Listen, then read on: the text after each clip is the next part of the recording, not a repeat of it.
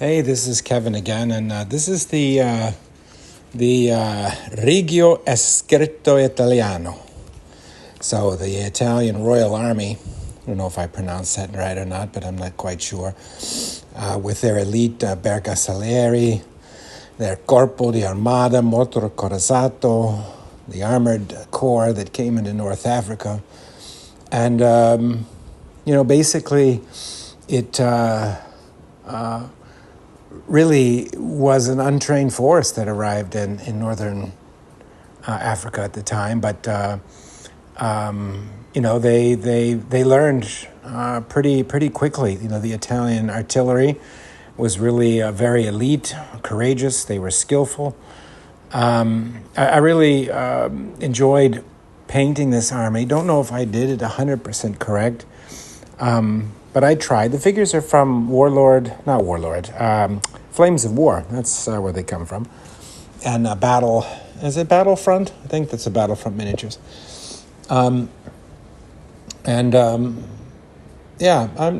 have to say I'm not the best at painting tanks. A little bit difficult for me, but I don't know. I enjoyed putting it together. I built the army first, as you'll see a little bit later, Flames of War, then switched it to O Group. But I tried my best. I didn't have, I didn't know if I had the right colors and stuff, but I didn't want them to look like the 8th Army either, So I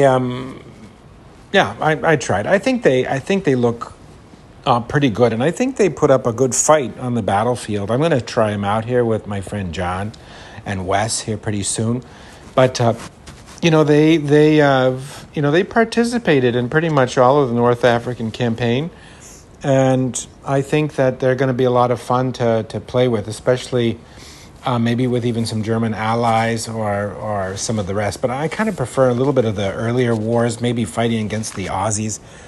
That would be a lot of fun. And but what you see is just a whole bunch of these M1441s, right? They're not that great, but I think they move fairly quickly, and I think they'll do okay.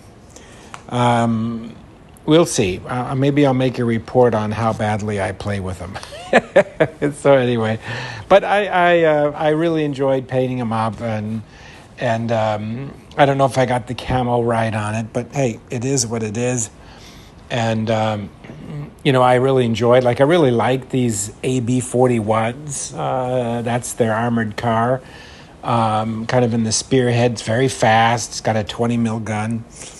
And yeah, I think it'll be all right. Let's see what happens. Yeah, but anyway, I like the 88s. I like the tanks. They're fun, and I think that I didn't put a lot of baggage or stowage on it, as you've noticed. But I think that in the end, it's a pretty nice looking army. Anyway, here comes the second part of this.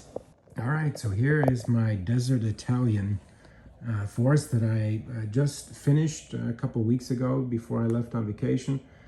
As you know, I did the German Africa Corps, and I went to pull out the Italians and found that I never really finished them. I mean, not at all. They were just in the box, based up, but undercoated, but I never finished it, and I forgot that I never finished it. And the funny thing is that I always finish a project, so it must have been there for such a long time, and I totally forgot about it. I thought they were done, and they just weren't. But anyway, this is a kind of a based off of the 20th Armored Corps, the Arietta, an Avanti force. So it has multiple tank companies of different kinds. It has a Bersaglieri weapons company and rifle companies, and it was built originally for Flames of War, I could tell you that. But I never liked that rule set. They were atrocious. And I play O Group now, and I've repurposed this one to be able to play O Group, and with its combat patrols, etc.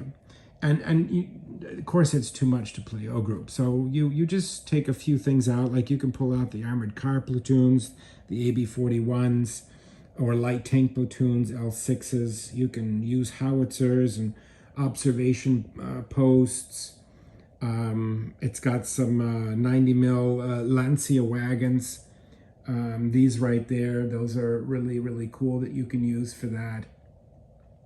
I even have a Falco, which is kind of, no, that this is the aircraft, the Falco. But yeah, you've got all kinds of fun stuff. And then you can, pull in various other aspects. You can pull in the Semoventis. You can pull in the, some different tank battalions. And so I think that's really how I built them and what I wanted them to be. So you've got your, M14s right here. And yeah, I've got one group of Italian infantry here, and then two groups of Bersaglieri. But I think it's nice. It's not a super powerful force, but I think that for the time, it's really good. And I think the Italians got a little bit of a bum rap. It's because they were thrust into battle so quickly without really even being trained. I think Mussolini said, I want 9 million soldiers. And then by the 9th of September, 3 months later, he said, we're ready for battle, and shoved them into North Africa. And they just weren't ready. They had very poor command and control, but the soldiers were good. They had heart. And I think it wasn't until the Desert Fox came, right, where they, under his leadership, really started to perform. He was really quite fond of the Arietta, and I think they performed well on the battlefield. So I really was very honored to have painted them, because you know how I feel. It's not about what happened and who they were aligned with and their ideology. That's not really what it's about for me. It's more about honoring those who were there before. Creating something of history, and really kind of going back and celebrating just the historical aspect. I tried my best painting them. They are not quite as deserty, sandy looking as the 8th Army of the British, of which I'm working on currently. They were a little bit more a darker tone, so I tried to paint it that way with some light camouflage, some browns and some greens, and very, very simple markings. And I painted them all by hand. So I think it's a really smart looking army. And yeah, it was fun to paint. I still have some basing to do. I am not 100% happy with the way I based it. So I got to put some more rocks and tufts, maybe make it look a little bit more sandy. But that'll be later. But I just thought I'd go ahead and put it up as a part of my series of the Desert Wars. I'm working on the 8th Army right now and the Aussies.